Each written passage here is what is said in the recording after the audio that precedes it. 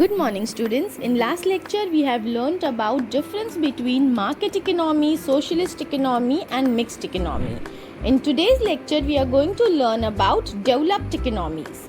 Economies which enjoy a high level of per capita income, a high standard of living are called as developed economy. An individual standard of living is measured by his or her income, while a country's standard of living is measured by its per capita income. Hence, we say that a developed economy is one in which has high per capita income of economies. Examples of developed economies: USA, Canada, Japan, England. These all are developed economies. Now, what do you understand by high level of per capita income? Means national income and per capita income are high in developed countries. According to the World Development Report of 2013, per capita income in developed countries is more than compared to developing countries or underdeveloped countries. Predominance. Before that we have to know what is GNI, gross national income and gross domestic product or profit, that is GDP.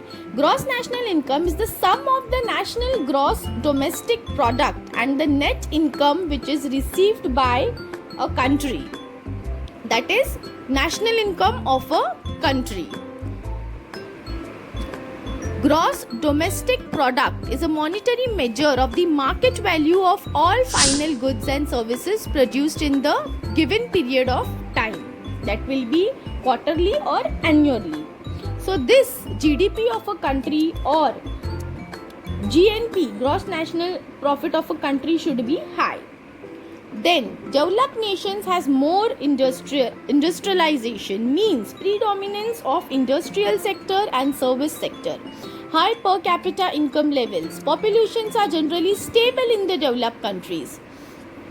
People consume large amount of natural resources, means efficient allocation of natural resources, high standard of living, technological advancement, full exploitation of resources are the characteristics features of developed country.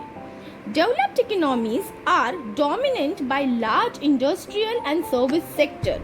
Agriculture here remains a subsidiary occupation. The major part of the country national income is contributed by the industrial sector.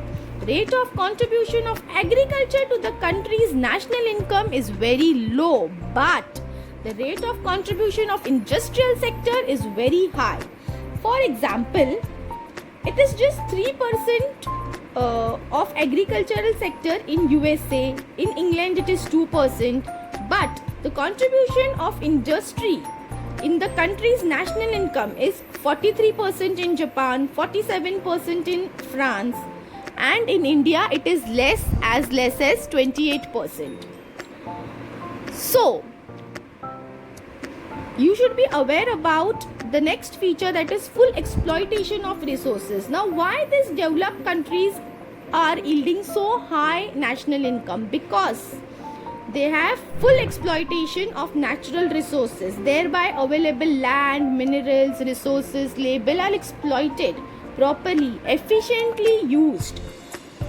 Physical machineries, raw material and human resource, means labor power or manpower, are used wisely, properly, efficiently.